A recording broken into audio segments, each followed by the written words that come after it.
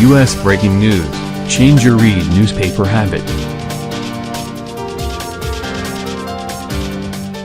Reuters, Dick Tuck, the one-time Democratic Party operative who made a career of political pranks and subterfuge, specializing in tormenting Richard Nixon, has died at the age of 94, his longtime friend Lorraine Glicksman said. Tuck died on Monday in Tucson, Arizona. Glicksman, who said she was executor of Tuck's estate, said in a Wednesday telephone interview. Tuck was Puck, Shakespeare's mischievous sprite from A Midsummer Night's Dream, if Puck had been a Democratic Party campaign consultant with a major fixation on Richard Nixon. "I never tried to be malicious," Tuck said in explaining his strategy to Time magazine in 1973. "It's the difference between altering fortune cookies to make a candidate look funny and altering State Department cables to make it look as if a former president were a murderer." Tuck did introduce bogus fortune cookies into a campaign.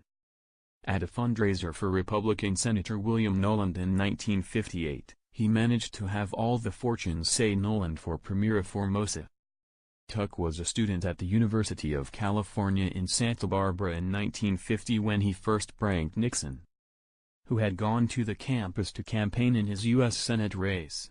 Even though he was working for Nixon's opponent, Tuck was chosen to arrange the visit, which he did by booking a large auditorium and inviting only a few people.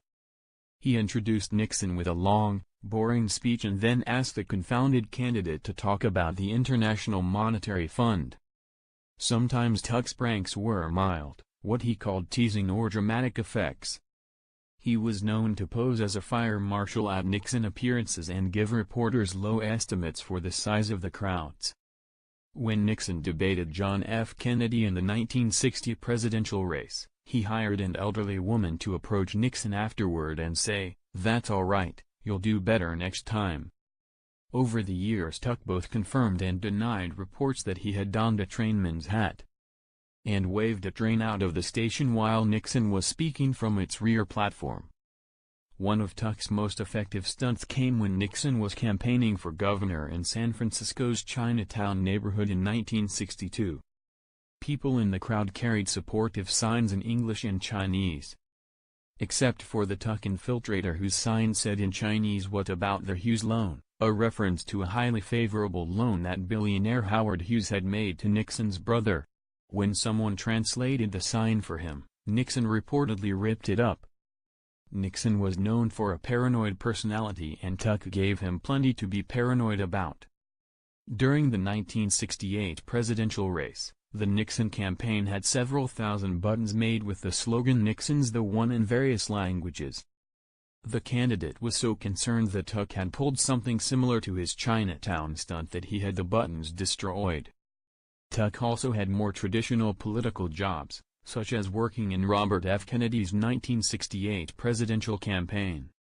He ran for a seat in California's Senate in 1966, but drew only 10% of the vote in the Democratic primary.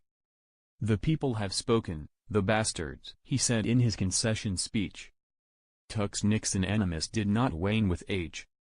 As he celebrated his 90th birthday in 2014, he said he wanted August 9, the day in 1974 that Nixon resigned, to be a national holiday. "It would be called Nixmas," Tuck said. Writing and reporting by Bill Trott, additional reporting by Gina Charles in New York, editing by Diane Kraft and Bill Burkrot.